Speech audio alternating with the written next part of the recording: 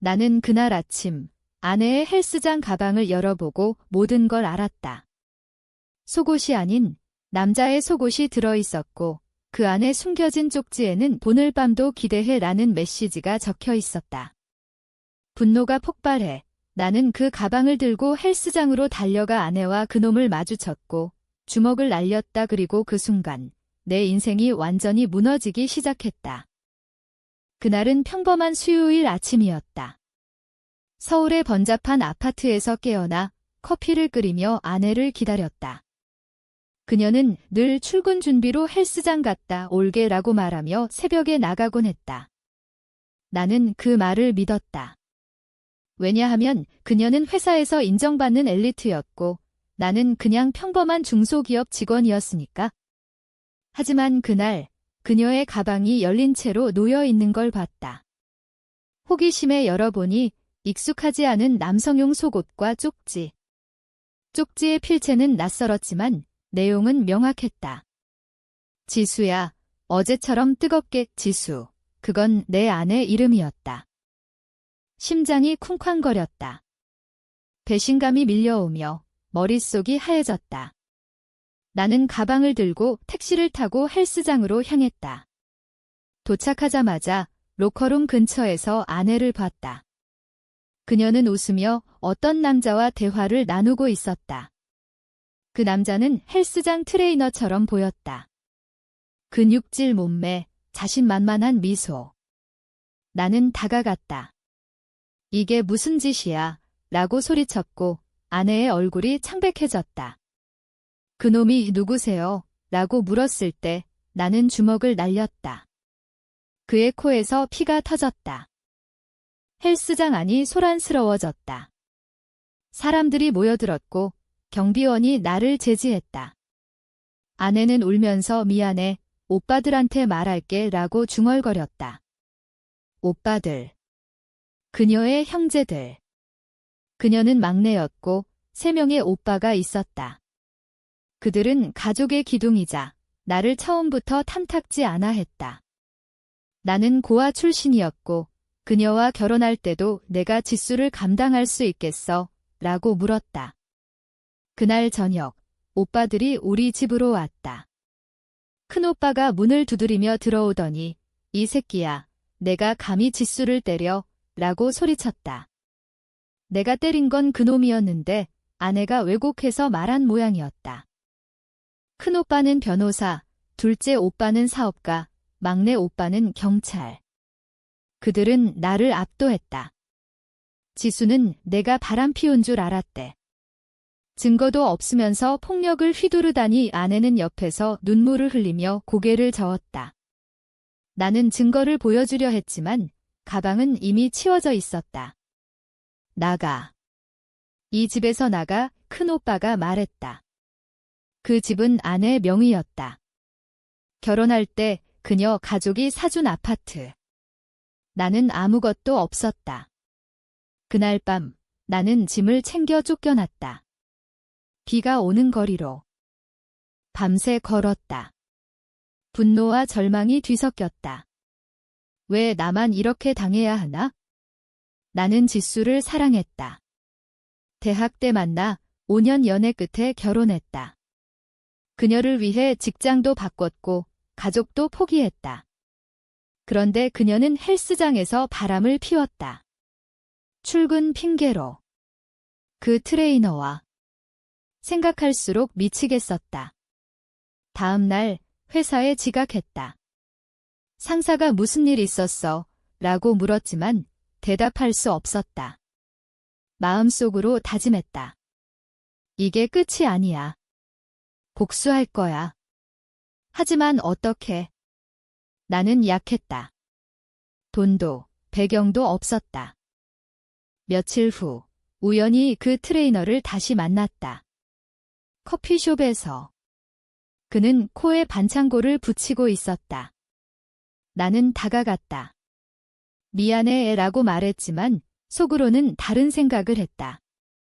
대화를 나누다 보니 그는 아내와의 관계를 인정했다.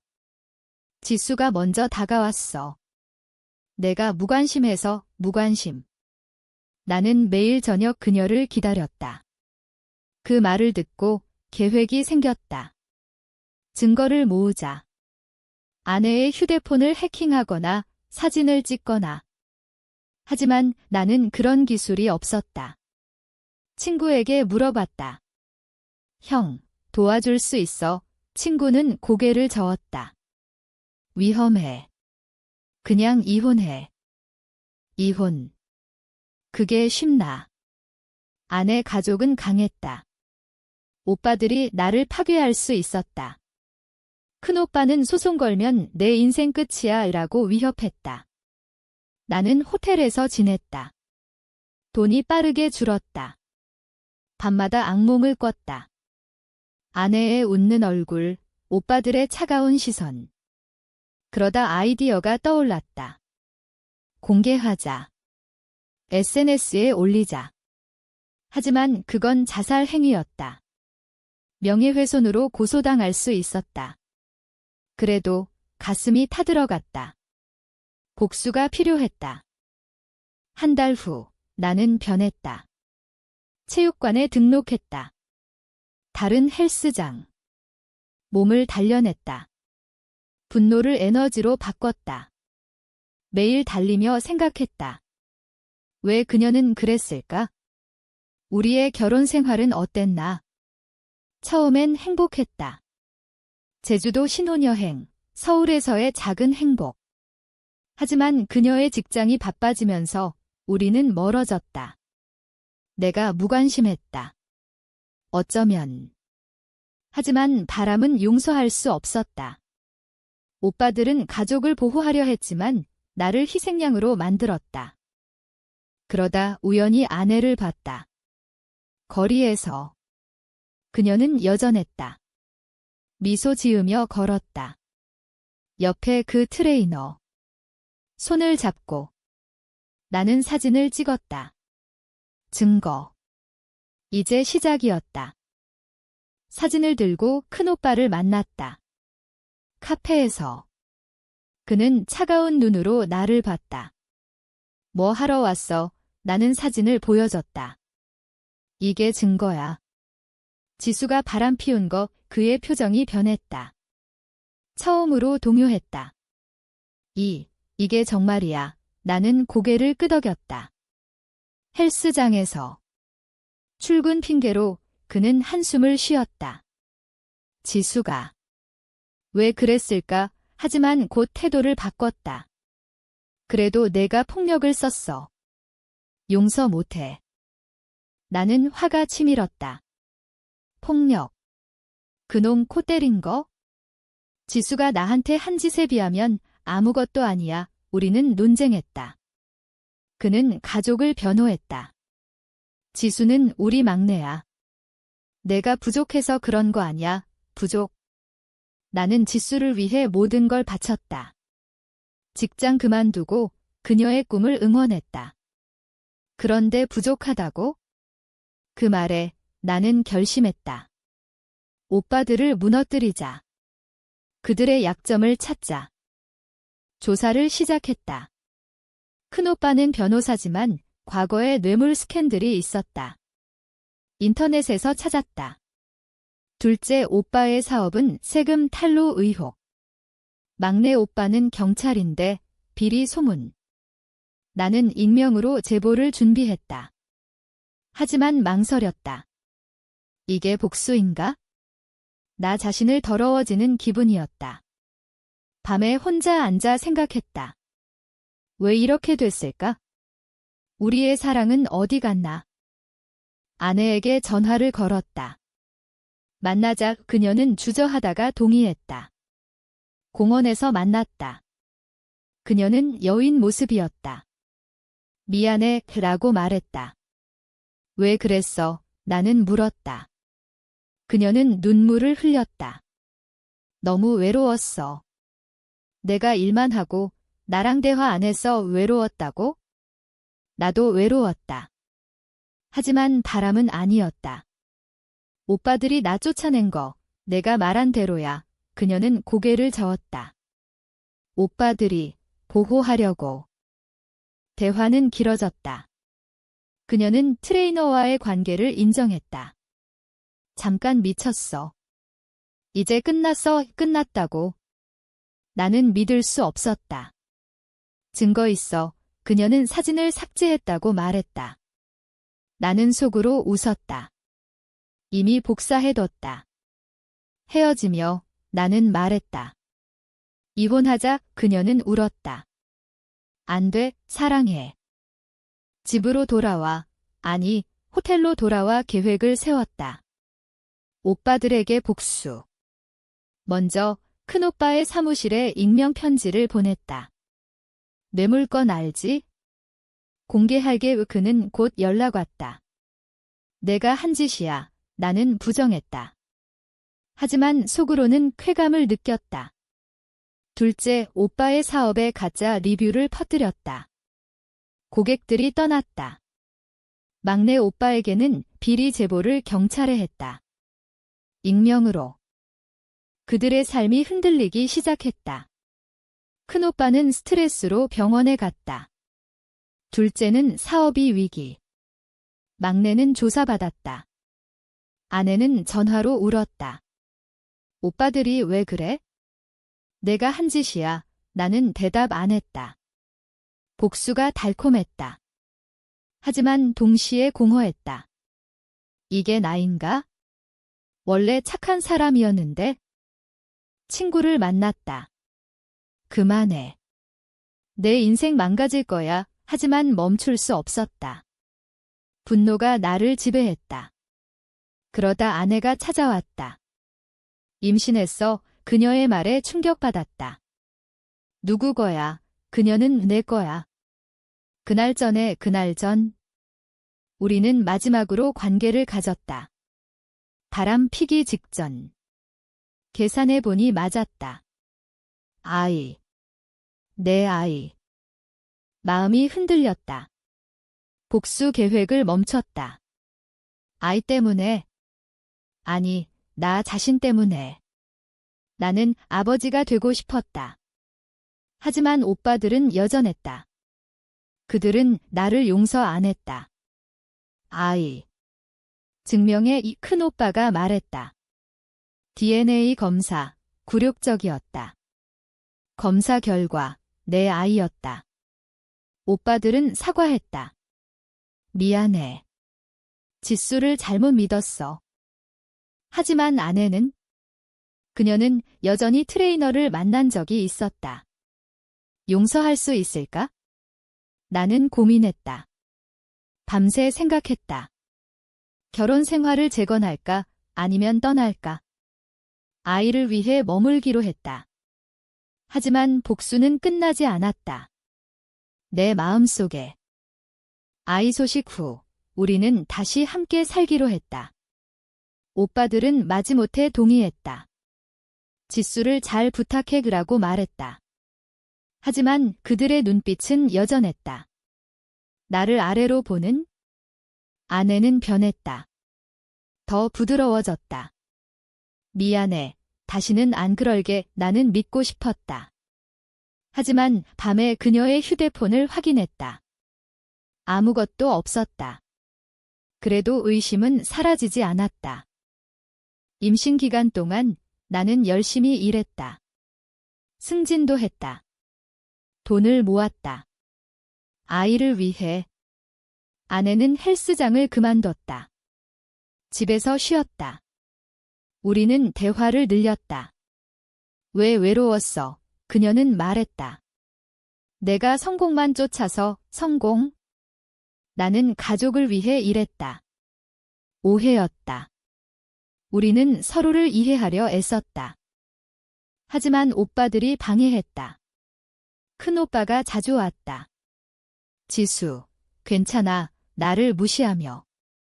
둘째 오빠는 사업 제안을 했다. 내 밑에서 일해. 모욕적이었다. 막내 오빠는 경찰 친구들한테 내 배경 조사했어. 깨끗한 애. 위협이었다. 나는 참았다. 아이 때문에. 아이가 태어났다. 딸, 예쁜 아이. 이름을 지었다. 하윤. 그녀를 안을 때 모든 게 용서되는 듯 했다. 아내는 행복해 보였다. 오빠들도 왔다. 축하해요. 하지만 속으로는 불편했다. 그들은 여전히 나를 외부인으로 봤다. 개월 후 문제가 생겼다. 아내가 다시 헬스장에 가기 시작했다. 운동해야 해. 산후 회복은 나는 불안했다. 같이 갈까? 그녀는 웃었다. 믿어줘. 하지만 나는 몰래 따라갔다. 그 트레이너는 없었다. 다른 헬스장이었다. 안심했다. 하지만 의심은 남았다. 그러다 큰오빠의 스캔들이 터졌다. 과거 뇌물건이 언론에 나왔다. 내가 보낸 익명 제보 때문. 그는 파멸했다. 변호사 면허 정지. 가족이 충격받았다. 아내는 울었다. 왜 오빠가? 나는 모르는 척했다. 하지만 쾌감이 들었다. 복수. 둘째, 오빠의 사업도 무너졌다. 가짜 리뷰 때문에. 고객 소송. 그는 파산 직전. 막내 오빠는 비리로 해임됐다. 그들의 삶이 망가졌다. 아내는 누가 한 짓이야? 라고 물었다. 나는 카어머지 라고 대답했다. 가족 모임에서 폭발했다. 오빠들이 나를 의심했다. 내가 한 짓이야? 큰오빠가 소리쳤다. 나는 인정했다. 맞아. 너희가 나 쫓아낸 대가야. 그들은 분노했다. 이 새끼, 싸움이 났다. 아내가 말렸다. 그만해. 그날 밤 아내와 대화했다. 왜 그랬어? 나는 말했다. 배신당한 기분 알지? 너희 가족이 나한테 한 짓. 그녀는 울었다. 미안해. 하지만 오빠들은 가족이야. 가족? 나도 가족이었다. 아이의 아버지. 다음 날 오빠들이 왔다. 사과했다. 우리가 잘못했어. 용서해. 처음으로. 나는 받아들였다. 하지만 상처는 남았다. 우리는 화해하려 애썼다. 아이를 중심으로. 시간이 흘렀다. 하윤이 자랐다. 아내와 나는 더 가까워졌다. 오빠들은 변했다. 나를 인정했다. 복수는 끝났다. 하지만 내 마음속에 교훈이 남았다. 배신은 용서되지만 잊히진 않는다. 하윤이 3살이 됐을 때 우리는 새 집으로 이사했다. 오빠들의 도움 없이 내 노력으로 산 집. 아내는 자랑스러워했다. 내가 최고야. 우리는 행복했다. 하지만 과거의 그림자가 가끔 나타났다. 아내가 헬스장 갈 때 불안했다. 믿어. 그녀의 말에 고개를 끄덕였다. 오빠들은 여전히 왔다. 하지만 태도가 달라졌다. 큰오빠는 제기했다. 새로운 사무실. 내 덕분에 반성했어. 아이러니했다. 복수가 그들을 변화시켰다. 둘째 오빠는 사업을 재건. 막내는 민간으로 갔다. 그들은 나를 형제로 대했다. 하지만 아내의 비밀이 드러났다. 하윤의 생일 파티에서 그녀의 옛 친구가 왔다. 지수, 그 트레이너 소식 들었어. 결혼했대. 아내의 얼굴이 굳었다. 나는 물었다. 아직 연락해. 그녀는 부정했다. 하지만 밤에 휴대폰을 봤다. 메시지. 보고 싶어. 최근 거? 분노가 다시 타올랐다. 왜? 그녀는 울었다. 습관이야. 하지만 안 만나. 애 습관. 용서할 수 없었다. 나는 이혼 서류를 준비했다. 이번엔 끝이야. 오빠들에게 말했다. 그들은 충격받았다. 지수가 잘못했어. 용서해. 하지만 나는 떠났다. 하윤을 데리고. 양육권 싸움. 오빠들의 힘으로 어려웠다. 하지만 증거가 있었다. 아내의 바람. 법정에서 이겼다. 하윤은 나와 살았다. 새 삶을 시작했다. 싱글대기. 힘들었다. 하지만 하윤이 행복했다. 아빠 사랑해 그 말에 버텼다. 아내는 가끔 왔다. 미안해 하지만 돌아가지 않았다. 오빠들은 나를 도왔다. 아이러니. 하윤을 위해 우리는 가족처럼 지냈다.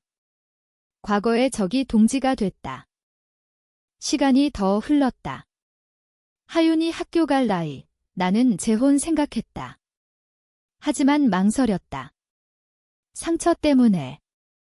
FILO. 재혼은 하지 않았다. 대신 일에 집중했다. 회사에서 성공했다. 부사장.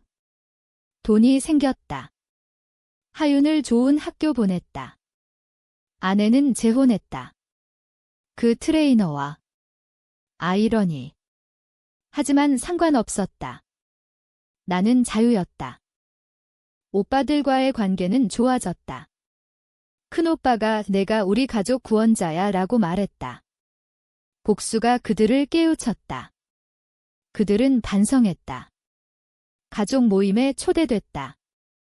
하윤과 함께. 하지만 내 마음속에 공허가 있었다. 사랑을 잃었다. 새로운 사람을 만났다. 동료. 그녀는 착했다. 천천히 다가갔다. 과거가 있어 말했다. 그녀는 이해했다. 결혼했다. 새 아내. 행복했다. 하윤도 좋아했다. 새 엄마, 아니, 엄마. 과거 아내는 후회했다. 잘못했어, 하지만 늦었다. 오빠들은 축하했다. 새 출발 축하해. 인생은 돌았다. 배신에서 시작해 용서로 끝났다. 약 1022. FIL6. 하윤이 대학 갈 때 나는 회상했다. 그 모든 드라마. 아내의 배신, 오빠들의 추방, 내 복수. 이제는 추억. 새 가족과 행복했다. 아내는 홀로 됐다. 트레이너와 이혼. 그녀는 사과했다. 용서해줄래? 나는 말했다. 이미 용서했어. 하지만 돌아갈 순 없어. 오빠들은 늙었다. 그들과 맥주 마시며 웃었다. 그때 미안해. 괜찮아. 인생의 교훈, 배신은 아프지만 성장시킨다. 복수는 달콤하지만 용서가 진짜 힘이다. 하윤의 졸업식에서 모두 모였다. 과거와 현재. 나는 미소 지었다. 이게 내 이야기. 약 982.